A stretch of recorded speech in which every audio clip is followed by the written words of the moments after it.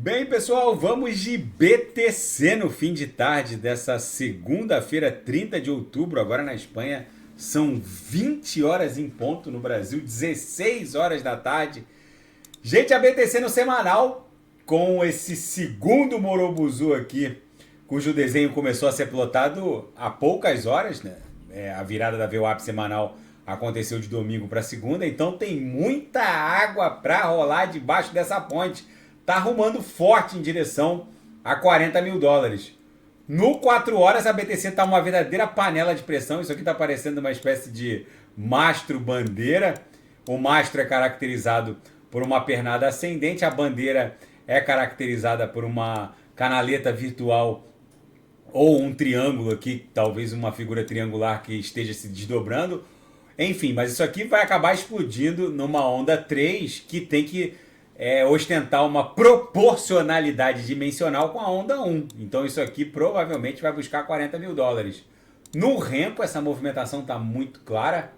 A gente está testando esse antigo suporte aqui, que foi agora está se comportando como resistência. É muito provável que a BTC avance para cima desse suporte. Agora essas agulhadas aqui de 24 de janeiro de 22 e aqui no Renko é um gráfico atemporal, né? Não há nenhum compromisso com o transcurso do tempo, mas só com a variação do preço. Mas essa agulhada que aconteceu em 24 de fevereiro de 22 e 24 de janeiro de 22, elas estão agora representando uma resistênciazinha, mas a gente vai romper e buscar 40 mil dólares já já.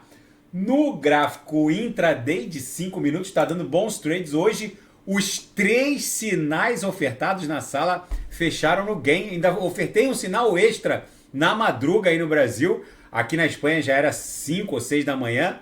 Mas enfim, foi XMR e USDT, fechou no gain também e foi lucro no bolso dos assinantes. Na Seara Fática, um investidor desconhecido, né, mas sozinho,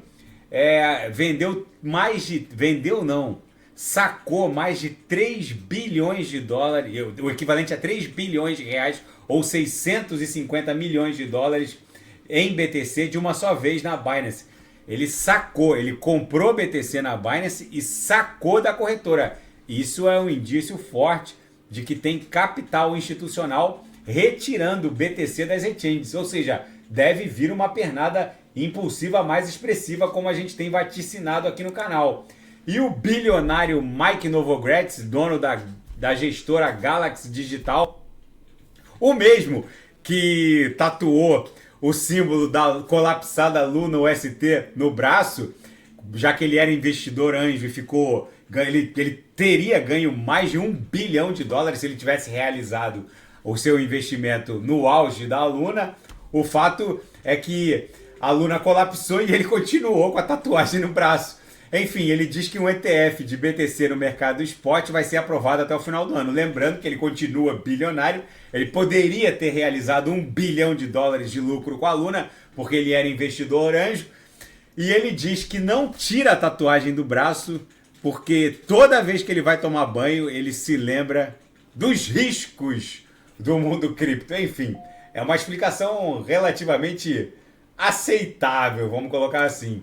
E o Reino Unido publicou a política que ele vai adotar quanto à regulamentação das stablecoins. As balizas mestras da regulamentação pelo Tesouro de Sua Majestade foram ofertadas, né, como para uma espécie de audiência pública. O Banco Central, o Banco da Inglaterra, o Banco Central Britânico e o regulador dos sistemas de pagamento e também o regulador financeiro serão os responsáveis pela fiscalização dessa normativa toda envolvendo as stablecoins. E na seara geopolítica e finanças internacionais, Wall Street está dividida sobre o quanto de emissão de bonds e treasuries o Departamento do Tesouro vai despejar, por assim dizer.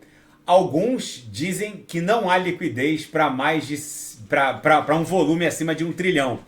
Outros dizem que por conta disso essa primeira rodada vai ser em torno de 100 bi. É o que afirma a RBC Capital. A Barclays afirma que deve se aproximar de 1 tri essa rodada de despejo de Treasuries e Bonds. Já a Jefferies LLC prevê no máximo 1 trilhão também.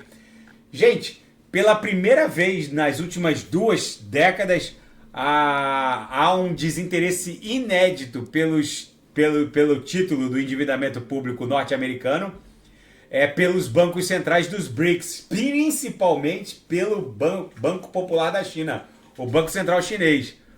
Com o mundo virado numa hecatombe nuclear, uma guerra se desdobrando dentro do território europeu entre Rússia e Ucrânia, o Oriente Médio explodindo também numa possível hecatombe nuclear. Agora já eu vou falar sobre isso. A Arábia Saudita tá em alerta máximo por conta de um ataque dos rebeldes no Iêmen. E tudo isso exige mais dinheiro. E os estados soberanos só têm uma maneira de conseguir mais dinheiro, se não pela via arrecadatória. A gente sabe que os Estados Unidos são deficitários.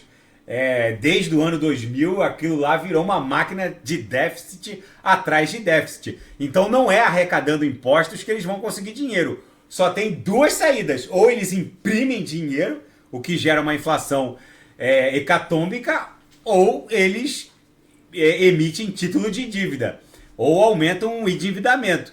O que obriga o Banco Central norte-americano a aumentar a taxa de juros para poder despertar interesse do mercado em tanto título despejado. Então não tem outra saída. Ou imprime moeda ou emite título da dívida. No caso, eles vão emitir títulos do endividamento, que vai se aproximando de 40 trilhões. E isso é muito bom para a BTC. E forças sauditas entraram em alerta máximo após rebeldes do Iêmen, os Houthis, dispararem um míssil em direção ao reino saudita. Um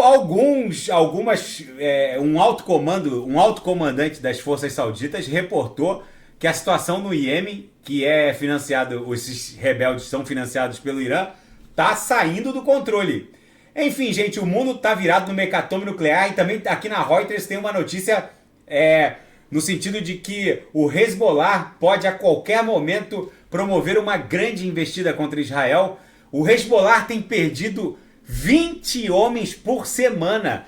Israel desenvolveu um drone assassino que consegue aniquilar alvos específicos do Hezbollah.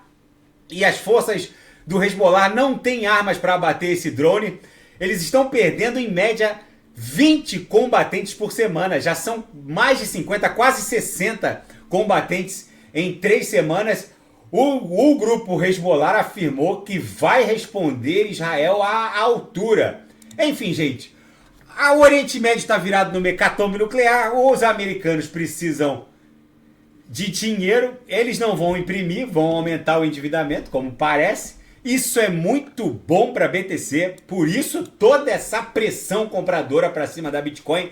Na minha leitura, se bater 40 vai formar um pullback e aí explode para um patamar lá próximo de 50. Mas isso fica para uma próxima análise. O nosso alvo mais imediato segue sendo 40 mil. A panela de pressão é brutal. A BTC está protagonizando um movimento típico de que vai acabar explodindo a qualquer momento para 40 mil dólares. Lembrando que o mundo cripto se move de maneira espasmódica. A gente acorda com esses morobuzus aqui, como aconteceu com esse primeiro morobuzu aqui no diário, e aqui no semanal, a gente está desenhando o segundo, é bem provável que a gente só encontre um ponto de inflexão relevante em 40 mil dólares. Tá bom, pessoal? Se nada fugir do script, eu volto amanhã para analisar a própria BTC. Fiquem com Deus e quem quiser sugerir é só colocar nas mensagens abaixo. Até amanhã, grande abraço, fiquem com Deus.